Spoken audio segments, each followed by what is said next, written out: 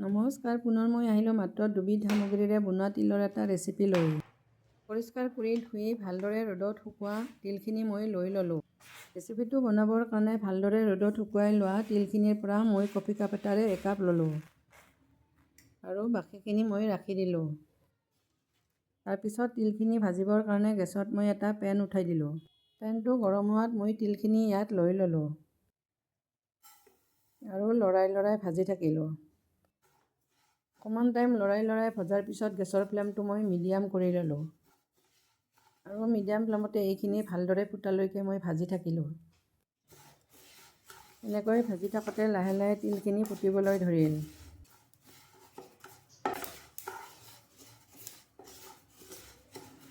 এই লৰাই মিডিয়াম ফ্লেমতে তিলখিনি ভালদৰে ফুটালৈকে মই ভাজি থাকিলোঁ।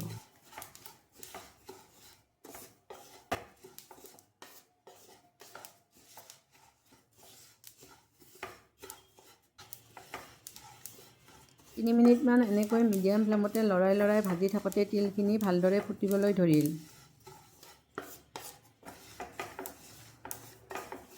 এই ভিডিঅ'ত দেখুওৱাৰ দৰে হাতত অকণমান তিল লৈ মই মোহাৰি চালোঁ। ধুনীয়াকৈ ভঙা খাইছে, সেয়ে মোৰ তিলখিনি হৈ গ'ল। ভজা তিল অকণমান খায়ো আমি চেক কৰি ল'ব পাৰোঁ। আৰু মই গেছৰ ফ্লেমটো অফ কৰি ল'লোঁ আৰু সেই গৰম পেনটোতে মই তিলখিনি অকণমান লৰাই থাকিলোঁ।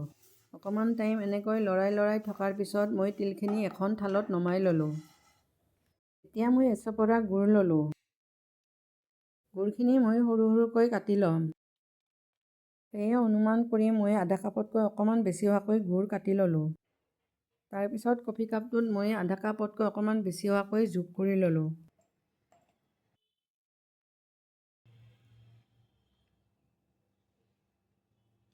তাৰপিছত এটা পেন লৈ মই গুড়খিনি ইয়াত লৈ ল'লোঁ।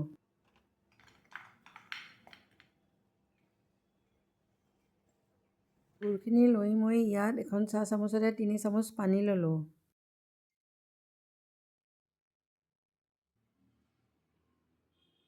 পানীখিনি লৈ গেছত মই পেনটো উঠাই দিলোঁ।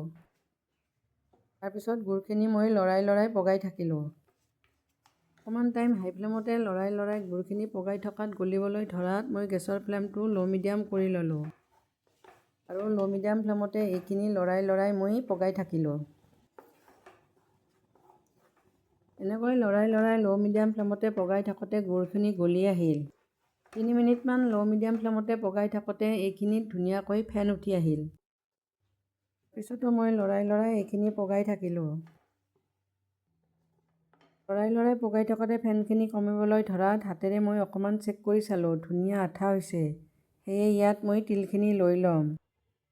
সেয়ে গুড়ত মই তিলখিনি লৈ ল'লোঁ। তিলখিনি লৈ মই গেছৰ ফ্লেমটো ল' কৰি ল'লোঁ। গেছৰ ফ্লেমটো ল' কৰিয়ে মই তিল আৰু গুড়খিনি 1 মিনিটমান মিহলাই থাকিলোঁ। এনেকৈ লৰাই মিহলি কৰি থাকোঁতে তিল আৰু গুড়খিনি গোট খাই আহিল। মিহলি ঘন হৈ গোট মাৰি অহাত গেছৰ ফ্লেমটো মই অফ কৰি ল'লোঁ আৰু পেনটো মই নমাই ল'লোঁ। পেনটো নমাই লৈ এতিয়া মই তিলৰ জামখিনি বনাবৰ কাৰণে হাতত অকণমান ঘিউ সানি ল'লোঁ। তাৰপিছত লাড়ু বনোৱাৰ জোখত মই তিলৰ মিশ্ৰণ লৈ হাতত প্ৰথমে লাড়ুৰ শ্বেপ দি ল'লোঁ।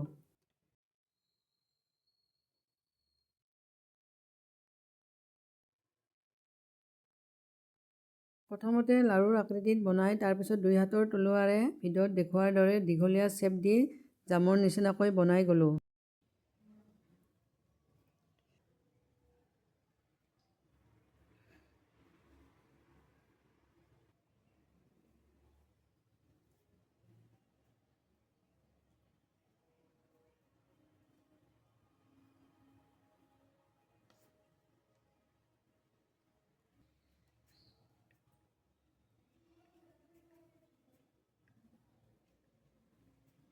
লাড়ুৰ জোখত তিলৰ মিশ্ৰণ লৈ তিলৰ জামকেইটা মই বনাই গ'লোঁ। শেষৰ অকণমান তিলৰ মিশ্ৰণ পেনত লাগি টান হৈ ধৰাত মই পুনৰ ল' ফ্লেমত গেছত উঠাই দিলোঁ। অকণমান তাপ লগাৰ পিছত এইখিনি পেনৰ পৰা উঠি আহিল। সেয়ে গেছৰ ফ্লেমটো মই অফ কৰি ল'লোঁ। পেনটো নমাই লৈ বাকী থকা মিশ্ৰণখিনিৰ পৰা মই জামকেইটা বনাই ল'লোঁ।